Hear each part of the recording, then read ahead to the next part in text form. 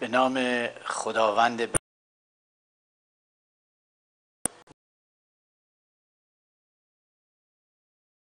مدک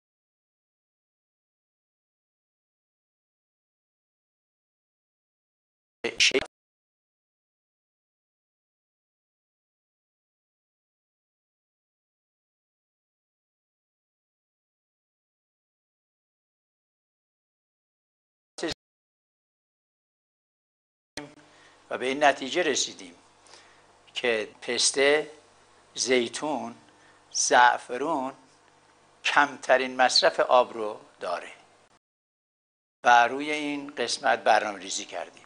اولین سیستم آبیاری تحت فشار در استان سمنان رو راه اندازی کردیم، هم سیستم قطره‌ای و هم سیستم بارانی. سیستم بارانی نوعش ویلموند هست و سیستم قطره‌ای هم که با فشار و قطره چکون‌های متفاوت. در حال حاضر با 14 لیتر در ثانیه، البته کمه ولی با 14 لیتر در ثانیه تولیداتمون رو ادامه میدیم و تولید علوفه ما هم جو و یونجه و گیاهی است به نام سرگم و ارزند تولید میکنیم برای مصارف دام. به صورت مستقیم 40 نفر و غیر مستقیم 150 نفر به کار گمارده شدند. اما برای مرحله بعدی در کارمون مبارزه بیولوژی که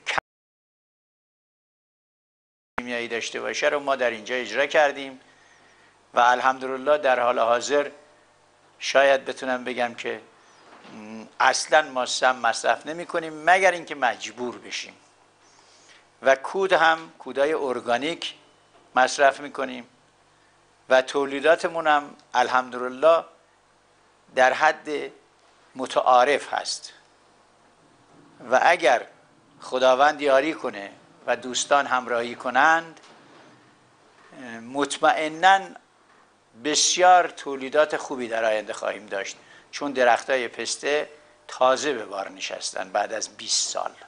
تولیدات دیگه ما هم گوسفند هست که این گوسفندا رو ما از مرکز تحقیقات کرج با همکاری دوستان خیلی زحمت کشیدن و به ما معرفی کردن. این گوسفندا رو ما آوردیم اینجا، روش کار کردیم چندین سال.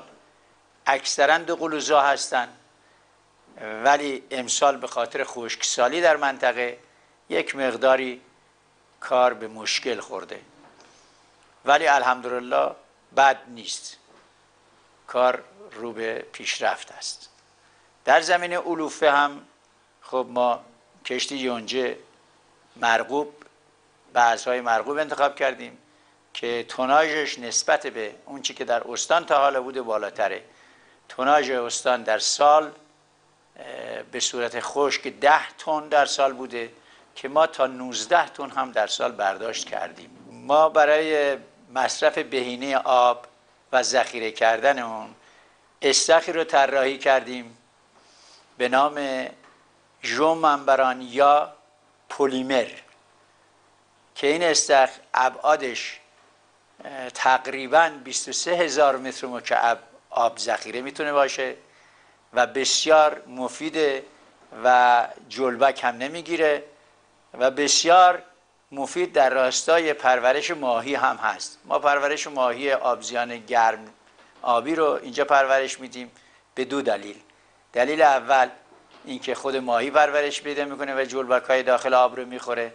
دلیل دوم اینه که کودی رو که به آب تغذیه میکنن خودشون و یک کوددهی به مزرعه ما اضافه خواهد شد ما تو همایش‌های زیادی شرکت کردیم و لوح تندیس جهادگران کشور رو که میبینید، لوح زرین جهادگران کشور و 5 کتاب از ما چاپ شد.